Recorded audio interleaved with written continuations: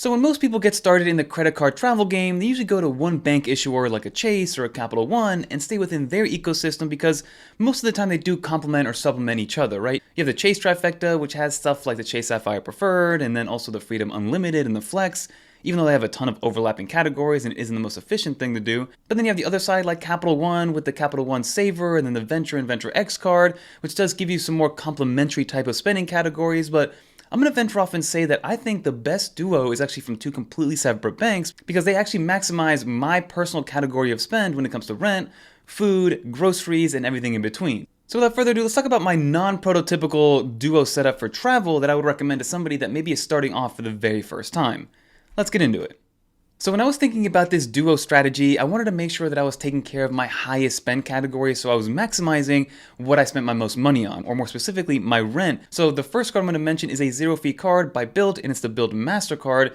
And the Bilt Mastercard is, as of right now, the only card that allows you to pay for your rent in full without accruing any sort of fees or interest or anything like that through the actual payment portal. So you go in, you pay for it and set it up as if it's coming directly from a bank account, and Bilt helps you set it up completely so you still have a routing number and an account number, and it's as if you're paying straight out of a bank account. So there is no fees to accrue, which normally you get anywhere from 1% to 3% fees, which depending on what your rent is, could add up and not be worth it at all if you are paying your rent with a different credit card. So there's a cap on this up to 100,000 points per year, which means I think about $7,000 or $8,000 of rent per month, which again, depending on where you are, especially here in the US, that's going to be more than enough to cover anybody's rent. It's only going to really be in the outliers like New York, Miami, San Francisco, LA, where maybe these rents are going to be a little bit higher, but still you'll be able to accumulate up to 100,000 points just for paying for your rent on a yearly basis. So what's amazing about that is that I'm paying for rent anyway, so to be able to accumulate 50,000 points for ourselves just by paying rent on a yearly basis, 50,000 points can go a long way for maybe business class air travel or staying at Hyatt hotels multiple nights. Like you can get those 50,000 points and almost spend 2 weeks at a hotels just because you paid for your rent with the Bilt Mastercard. So that is what we use this Bilt card for. It's pretty much the only thing that we use it for except for on Bilt days because it does have some nice categories during that day. So on the first of every single month, which they're considering Bilt Day or Rent Day because you're supposed to pay your rent every single month on that day, they do double all the multipliers for spending. So you get 6x on all dining purchases for that day instead of 3x. You get 4x on all travel purchases instead of 2x. And then you do get a catch all of 2x on everything that you spend during that day instead of 1x.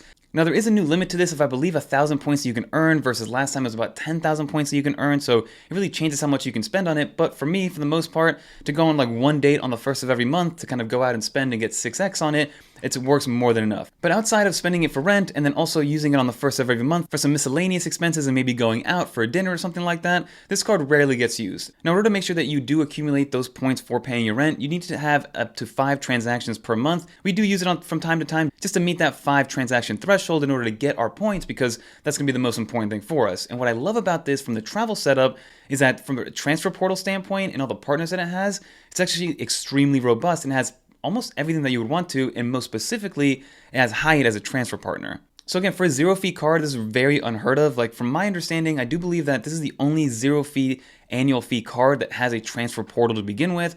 All other cards have some sort of $95 annual fee or some sort of fee to kind of get you into that transfer portal, like the Chase Sapphire Preferred or the Capital One Venture. Those have $95 annual fees that then allows you to use that transfer portal. With Bilt, you don't even actually have to have the card itself. You can start accumulating Bilt points by just attaching other cards into their account, into their loyalty program. You can start to earn points that way and then still transfer those points out. Bilt is a loyalty platform first and then a credit card company second. Bilt also has some awesome rent day promotions on the first of every month where maybe they'll give you some transfer bonuses for airlines and hotels and things like that, or maybe some dining experiences or restaurants in your area, or I think last month they had a buy one get one free for a Virgin cruise, which is amazing to see. So there are a lot of perks that come with it.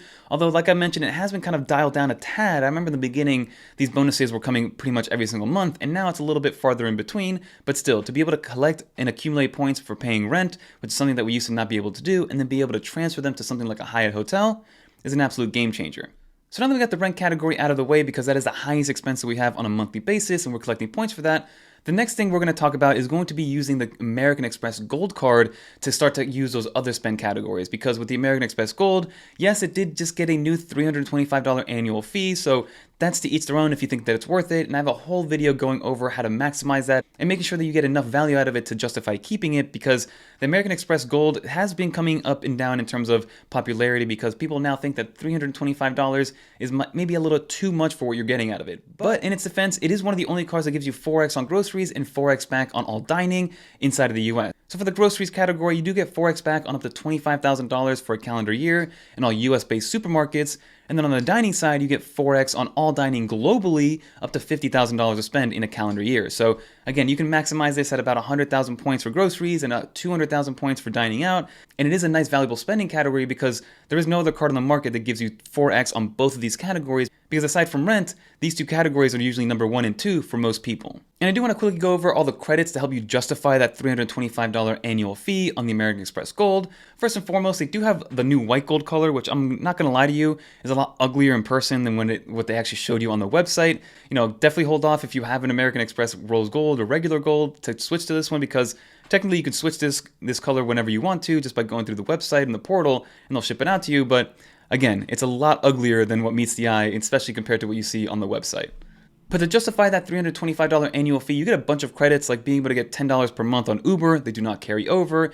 You also get a $10 dining credit at some of its partners, like Cheesecake Factory, Grubhub, Five Guys, Shake Shack, and things like that are partnered up with American Express.